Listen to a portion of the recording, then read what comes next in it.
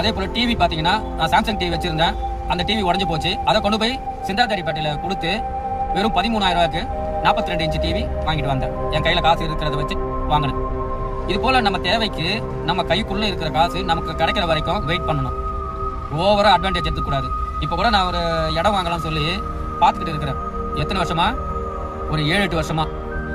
ஆனால் என்னால் இப்போ வரைக்கும் நான் இடம் வாங்க முடியல. ஏன்னா அவன் 3 லட்ச ரூபா 5 லட்ச ரூபா கேட்குறாங்க முன்பணம். அந்த முன்பணத்தை எனக்கு லோன் தரேன்னு சொல்கிறானுங்களே, அந்த லோன் வாங்கி என்னால் அடைக்க முடியுமான்னு சொல்லி போய் பார்த்தேன்.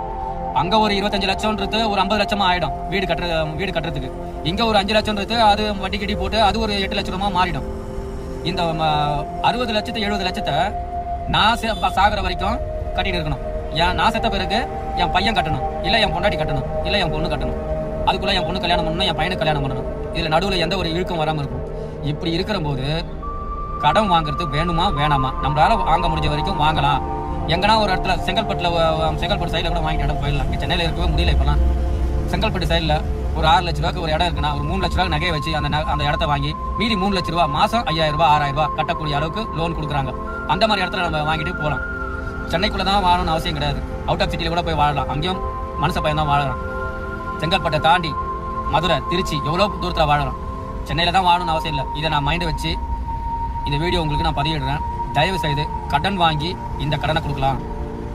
இந்த சீட்டு கட்டுறதுக்கு இந்த வட்டிக்கு வாங்கலாம், இந்த வட்டிக்கு கொடுக்கறதுக்கு இந்த தண்டல் வாங்கலாம் அப்படின்னு நம்ம நினச்சி வாங்கணும். ரொம்ப கஷ்டங்க. நான் பைக் கூட லோனில் தான் வாங்கினேன். 14,000 ரூபா கையில் கொடுத்துட்டு மீதி 4,500 ரூபா டியூ போட்டு கொடுத்தாங்க. 2.5 வருஷத்துல டியூ முடிஞ்சு போச்சு. இந்த மாதிரி நம்மளால கட்டக்கூடிய கருது வாங்கலாம். ஆனால் அந்த வட்டிக்கு வாங்குறது, தண்டலுக்கு வாங்குறது, ஒரு வாரத்தில் நமக்கு 5,000 கொடுக்குறேன், ஒரு மாதத்தில் நான் 10,000 கொடுக்குறேன், 50,000 கொடுக்குறேன், 1 லட்ச ரூபா கொடுக்குறேன் வாங்கினீங்கன்னா உங்களோட நகைக்கு நகையும் விற்க வேண்டியது வரும். அந்த கடனும் அடக்க முடியாமல் வேலை இல்லாமல் இருந்தீங்கன்னா, நான் ஒரு மாதம் வேலை இல்லாமல் இருக்கிறேங்க, ரேஷன் அரிசி சாப்பிடுவேங்க, பிரச்சனை இல்லை. என் வீட்டை தேடி யாரும் கடன் வர மாட்டாங்க. அதனால கொஞ்சம் தயவு செய்து கடன் வாங்காம குடும்பத்தை நடத்துங்க. பசங்களை படிக்க வைங்க. கார்பரேஷன் ஸ்கூல்ல கூட படிக்க வைங்க. என் பசங்க 2 பேரையும் நான் கார்பரேஷன் ஸ்கூல்ல தான் படிக்க வச்சேன். என் பசங்க 2 பேரும் காலேஜ் சேர்க்கும் போது அவங்கள 35,000 ரூபாய் இதில் தான் போய் காலேஜ் சேர்த்தேன். இதில் பெருமெல்லாம் ஒன்றும் இல்லை. என் பசங்க படிச்சுட்டு இப்போ வேலைக்கு போகிற ஸ்டேஜுக்கு வந்துட்டாங்க. அவங்க கையை அவங்க வச்சு கல்யாணத்துக்கு அவங்க என்ன பணம் கொடுக்கணுமோ, என்ன சேர்க்கணுமோ, எங்களால் என்ன முடிவு சேர்க்கணுமோ அதை சேர்த்து அவங்களுக்கு ஒரு நல்ல கல்யாணத்தை பண்ணி நான் சாகிறதுக்குள்ள ஒரு இடம் வாங்கி வீடு கட்டி என் பசங்களுக்கு கொடுக்கணும் அப்படின்ற நல்ல குறிக்கோளோட கடன் இல்லாமல் அதை நீங்களும் ட்ரை பண்ணுங்க. அந்த குடும்பம் இறந்த மாதிரி அதுதாங்க என்னை ரொம்ப பாதித்த ஒரு விஷயம். அந்த அன்னிலேருந்து இன்னை வரைக்கும் சத்தியமாக சொல்கிறேன், என் தோல் மேலானே சொல்கிறேன், நான் யார்கிட்டையும் கை நீட்டி கடன் வாங்குறதும் இல்லை.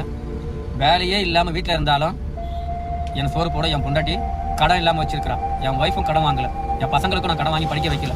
அதுபோல் நீங்களும் உங்களாலேயே முடியும். தயவு செய்து அதை ஃபாலோ பண்ணுங்கள். நன்றி, வணக்கம்.